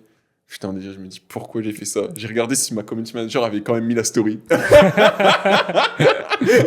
Et du coup, après, je me suis levé, j'ai mangé. Et là, par contre, quand je me suis lancé, tu vois, je pouvais pas m'arrêter. Tu l'as fait en combien de temps, le 10 km? 1h10. Ok. C'est très moyen, mais pour moi, en fait... C'est propre, hein. Tu l'as fait à peu près 10 km/h. En fait, c'est ce que je dis aussi à tout le monde, c'est que tout le monde veut se comparer aux autres, à son idole, tu vois, tout le monde. Il y a pas mal de personnes qui pourraient se comparer à moi, mais ce que j'ai envie de dire, moi, c'est que le but, c'est de se dépasser soi-même. Exactement. Et de battre ses propres records quotidiennement, mais pas forcément se dire, tu Tu vois, j'ai un ami, par exemple, qui va faire le 10 km en 40 minutes, ou en 30 minutes, 35 minutes. C'est pas parce que lui l'a fait en 35 minutes que je vais me sentir comme une merde en l'ayant fait, tu vois, en 1h10. Mais c'est plus en me dépassant moi-même personnellement et en étant fier de m'être donné à 100%. Et je pense que tout le monde devrait prendre, tu vois, cet exemple. Par contre, c'est de se battre pour soi. Et c'est battre l'ancienne version de soi-même et ça, de le faire quotidiennement. Et à un moment donné, tu es sûr, tu vas d'y arriver. Ouais. Bien évidemment, tu as des exemples. Tu sais où tu peux aller. Tu sais ce que tu peux dépasser. Mais dans un premier temps, c'est toi contre toi-même à évoluer pour tendre vers ça. Et être fier déjà de la personne que tu es par rapport au fait que tu as été meilleur que la veille. Ok, merci pour le partage. Il me reste encore 2-3 questions à te poser. J'aurais bien aimé, enfin en réalité il me reste encore beaucoup plus, mais on n'aura pas le temps de toutes les faire. Parlons un petit peu de formation. Est-ce que tu continues aujourd'hui à te former, à monter en compétences? D'ailleurs, tu m'avais dit de te rappeler les livres. Mais est-ce que tu continues à te former à monter en compétences aujourd'hui? Je vais commencer par la partie livre. En fait, les livres, pour moi, c'est l'une d'aujourd'hui mes sources de bonheur incroyables. C'est-à-dire, je lis un livre, vraiment des livres techniques par contre, par rapport à l'entrepreneuriat. Derrière, je suis dans l'application directe. Je suis comme ça. C'est l'une de mes caractéristiques en termes d'état d'esprit, c'est que je passe très, très, très, très vite à l'action. Et donc, du coup, je lis un livre, je trouve un truc super intéressant. En plus de ça, j'arrive à me reconnaître, tu vois, par rapport à l'histoire qu'il raconte. Et derrière, je me dis, putain, déjà, je suis pas tout seul à vivre ça. Et derrière, j'ai une solution. Et on l'applique, Et la partie livre, par exemple, c'est quelque chose que j'ai quand même gardé.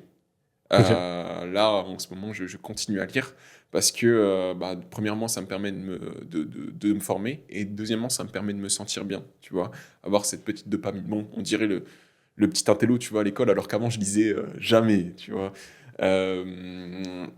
Sinon, oui, j'ai investi plus de 250 000 euros en moi sur ces 5 dernières années. Tu continues aujourd'hui à acheter des formations, à prendre des consultings, par exemple? Oui, consulting au maximum, formation plus trop. Aujourd'hui, j'ai investi dans des consultings, j'ai dû investir là sur les derniers mois, tu vois, 30 000 euros par rapport à la boîte sur des sujets spécifiques. Parce qu'encore une fois, tu vois, j'ai pas il y a sur certains points, j'ai pas l'expérience pour pouvoir passer au-dessus de l'obstacle. Donc du coup, je vais prendre de l'expérience des autres qui sont déjà passés par là.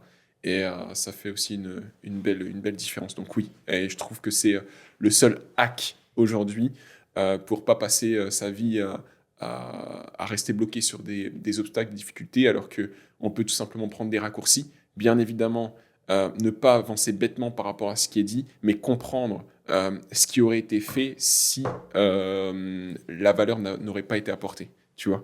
Parce qu'on peut très bien prendre des raccourcis, mais derrière, tu peux atteindre un résultat, mais sans avoir de fond. Et tomber parce que tu es amené à rencontrer une difficulté d'un niveau supérieur alors que tu n'as rien compris du 1 au 10, tu vois. Ok, super intéressant. Si tu pouvais passer une journée avec un entrepreneur... Elon Musk. Elon Musk direct. J'aimerais trop. Ouais. Pourquoi?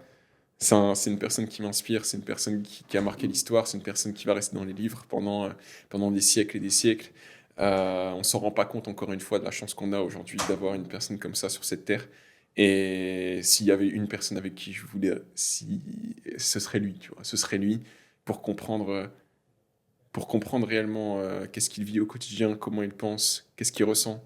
Parce qu'encore une fois, les biographies et tout ce qui s'ensuit, c'est bien. Mais ce qui se passe, c'est quand les caméras sont pas là et quand tu es tout seul, tu vois, chez toi. Qu'est-ce qui se passe dans ta tête? C'est vrai. Je pense qu'on va clôturer sur cette question. Merci encore une fois, Thibaut, d'avoir accepté l'invitation. Merci pour toute la valeur que tu as partagée. Avec grand plaisir, Mourad. Merci pour cette invitation. Les questions étaient très pertinentes. Je me suis senti très à l'aise dans le Scaling Podcast. Merci. Et hâte de voir le résultat final. Et j'espère que vraiment que ça va aider beaucoup d'entrepreneurs. Carrément. Faites le nous savoir dans les commentaires, comme on a l'habitude de le dire. Laissez un petit pouce bleu, un petit commentaire et partagez-nous un petit peu quel est le conseil qui vous a le plus impacté, qui vous a le plus plu de Thibaut. En tout cas, merci encore Thibaut. On se retrouve très vite pour un nouvel épisode. Ciao.